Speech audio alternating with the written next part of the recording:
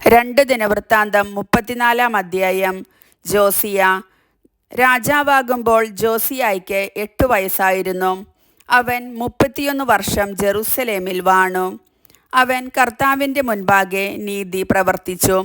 പിതാവായ ദാവീദിൻ്റെ മാർഗത്തിൽ നിന്ന് അണുവിട വ്യതിചലിച്ചില്ല.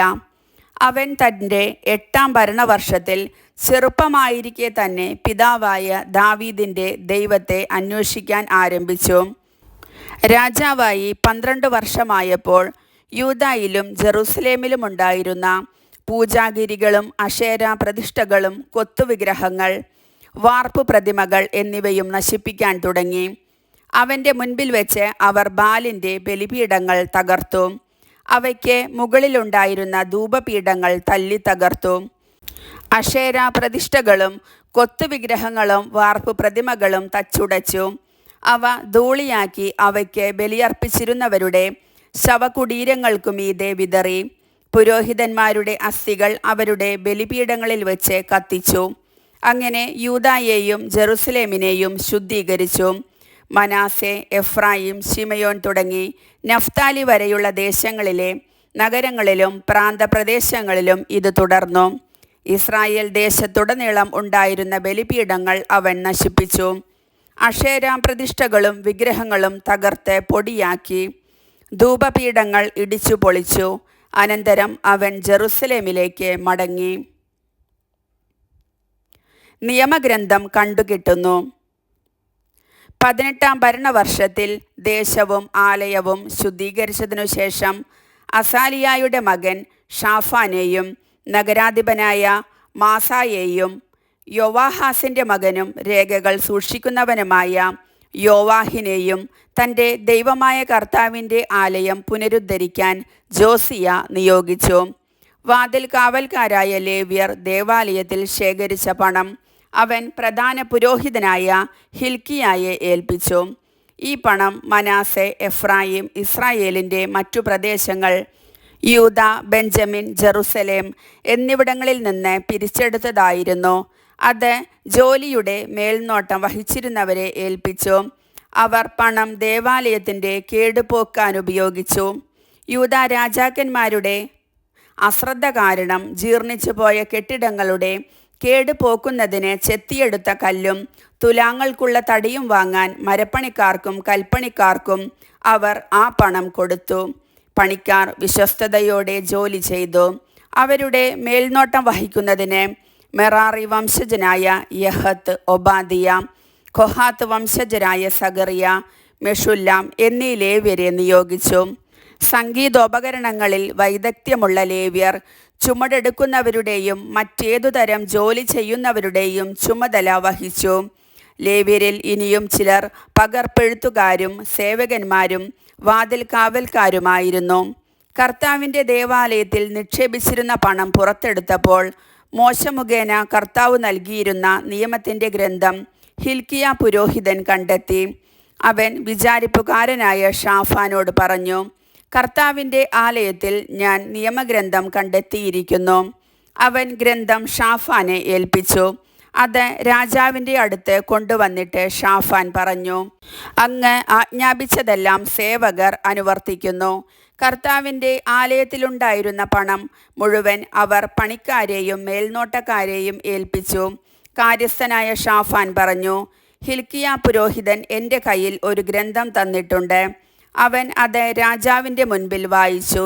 നിയമവചനങ്ങൾ കേട്ടപ്പോൾ രാജാവ് വസ്ത്രം കീറി. ഹിൽക്കിയ ഷാഫാൻ്റെ മകൻ അഹീക്കാം, മിക്കായുടെ മകൻ അബ്ദോൻ, കാര്യസ്ഥനായ ഷാഫാൻ, രാജസേവകനായ അസായ എന്നിവരോട് രാജാവ് കൽപ്പിച്ചു, നിങ്ങൾ പോയി എനിക്കും ഇസ്രായേലിലും യൂദായിലും അവശേഷിക്കുന്ന ജനത്തിനു വേണ്ടി ഈ ഗ്രന്ഥത്തിലെ വചനങ്ങളെപ്പറ്റി കർത്താവിനോട് ആരായുവിൻ. ഈ ഗ്രന്ഥത്തിൽ എഴുതിയിരിക്കുന്നതിൻ പ്രകാരം നമ്മുടെ പിതാക്കന്മാർ കർത്താവിൻ്റെ വചനം അനുസരിക്കാതിരുന്നതിനാൽ അവിടുത്തെ ഉഗ്രകോപം നമ്മുടെ മേൽ പതിച്ചിരിക്കുന്നു. ഹിൽക്കിയായും രാജാവയച്ച മറ്റുള്ളവരും കൂടി ഹുൽദ പ്രവാചികയുടെ അടുക്കൽ ചെന്ന് വിവരമറിയിച്ചു. ഹസ്രായുടെ മകനായ തോഖ് ഹത്തിൻ്റെ മകനും വസ്ത്രം സൂക്ഷിപ്പുകാരനുമായ ഷല്ലുമിൻ്റെ ഭാര്യയാണ് അവൾ. പുതിയ ജെറുസലേമിലാണ് അവൾ പാർത്തിരുന്നത്. അവൾ അവരോട് പറഞ്ഞു, ഇസ്രായേലിൻ്റെ ദൈവമായ കർത്താവ് അരുളി ചെയ്യുന്നു, നിങ്ങളെ അയച്ചവനോട് ചെന്നു പറയുവിൻ, കർത്താവ് അരുളി ചെയ്യുന്നു, യൂദാ രാജാവിൻ്റെ മുൻപിൽ വായിക്കപ്പെട്ട ഗ്രന്ഥത്തിൽ എഴുതിയിരിക്കുന്ന സകല ശാപങ്ങളും ഈ സ്ഥലത്തിന്മേലും ഇവിടത്തെ നിവാസികളുടെ മേലും ഞാൻ വർഷിക്കും. അവർ എന്നെ പരിത്യജിക്കുകയും അന്യദേവന്മാർക്ക് ധൂപം അർപ്പിക്കുകയും അങ്ങനെ തങ്ങളുടെ കരവേലകളാൽ എന്നെ പ്രകോപിപ്പിക്കുകയും ചെയ്തതിനാൽ ഈ സ്ഥലത്തിന്മേൽ എൻ്റെ ക്രോധം ഞാൻ ചൊരിയും, അത് ശമിക്കുകയില്ല. കർത്താവിൻ്റെ ഹിതം ആരായാൻ നിങ്ങളെ അയച്ച യൂദാ രാജാവിനോട് പറയുവിൻ, നീ കേട്ട വാക്കുകളെക്കുറിച്ച് ഇസ്രായേലിൻ്റെ ദൈവമായ കർത്താവ് ഇപ്രകാരം അരുളി ചെയ്യുന്നു, ഈ സ്ഥലത്തിനും ഇവിടത്തെ നിവാസികൾക്കും എതിരായ വാക്കുകൾ കേട്ടപ്പോൾ നീ അനുതപിക്കുകയും ദൈവമായ എൻ്റെ മുൻപിൽ നിന്നെ തന്നെ എളിമപ്പെടുത്തുകയും വസ്ത്രം കീറുകയും വിലപിക്കുകയും ചെയ്തതിനാൽ ഞാൻ നിന്റെ യാചന ചെവിക്കൊണ്ടിരിക്കുന്നു. നീ പിതാക്കന്മാരോട് ചേർന്ന് സമാധാനത്തിൽ സംസ്കരിക്കപ്പെടാൻ ഞാനിടയാക്കും. ഈ സ്ഥലത്തിൻ്റെയും ഇവിടത്തെ നിവാസികളുടെയും മേൽ ഞാൻ വരുത്താനിരിക്കുന്ന അനർത്ഥങ്ങളിലൊന്നും നിനക്ക് കാണേണ്ടി വരികയില്ല. അവർ മടങ്ങിവന്ന് രാജാവിനെ വിവരമറിയിച്ചു. ഉടമ്പടി പുതുക്കുന്നു. രാജാവ് യൂദായിലെയും ജെറൂസലേമിലെയും ശ്രേഷ്ഠന്മാരെ വിളിച്ചുകൂട്ടി. യൂദാ ജെറൂസലേം നിവാസികളെയും പുരോഹിതന്മാരെയും ലേവ്യരെയും വലിപ്പ ചെറുപ്പമെന്യേ സകല ജനത്തെയും കൂട്ടി രാജാവ് കർത്താവിൻ്റെ ആലയത്തിലേക്കു ചെന്നു. ദേവാലയത്തിൽ നിന്ന് കണ്ടെത്തിയ ഉടമ്പടിയുടെ ഗ്രന്ഥം അവരെ വായിച്ചു കേൾപ്പിച്ചു. കർത്താവിനെ പിൻചെല്ലുമെന്നും പൂർണ്ണഹൃദയത്തോടെ അവിടുത്തെ കൽപ്പനകളും പ്രമാണങ്ങളും ചട്ടങ്ങളും പാലിക്കുമെന്നും ഗ്രന്ഥത്തിൽ എഴുതപ്പെട്ടിരിക്കുന്ന നിയമങ്ങളെല്ലാം അനുസരിക്കുമെന്നും സ്വസ്ഥാനത്തു നിന്നുകൊണ്ട് രാജാവ് കർത്താവിൻ്റെ മുൻപിൽ ഉടമ്പടി ചെയ്തു. ജെറുസലേമിലും ബെഞ്ചമിനിലുമുള്ള എല്ലാവരോടും അത് പാലിക്കാൻ അവൻ ആവശ്യപ്പെട്ടു. തങ്ങളുടെ പിതാക്കന്മാരുടെ ദൈവവുമായി ചെയ്ത ഉടമ്പടി ജെറുസലേം നിവാസികൾ അനുസരിച്ചു. ഇസ്രായേൽ ദേശത്തുണ്ടായിരുന്ന സകല മ്ലേച്ഛതകളും ജോസിയ നീക്കം ചെയ്തു. തങ്ങളുടെ ദൈവമായ കർത്താവിനെ ആരാധിക്കാൻ ഇസ്രായേൽ നിവാസികളെ നിർബന്ധിച്ചു. അവൻ്റെ ജീവിതകാലം മുഴുവനും തങ്ങളുടെ പിതാക്കന്മാരുടെ ദൈവമായ കർത്താവിനെ സേവിക്കുന്നതിൽ നിന്ന് അവർ പിന്മാറിയില്ല.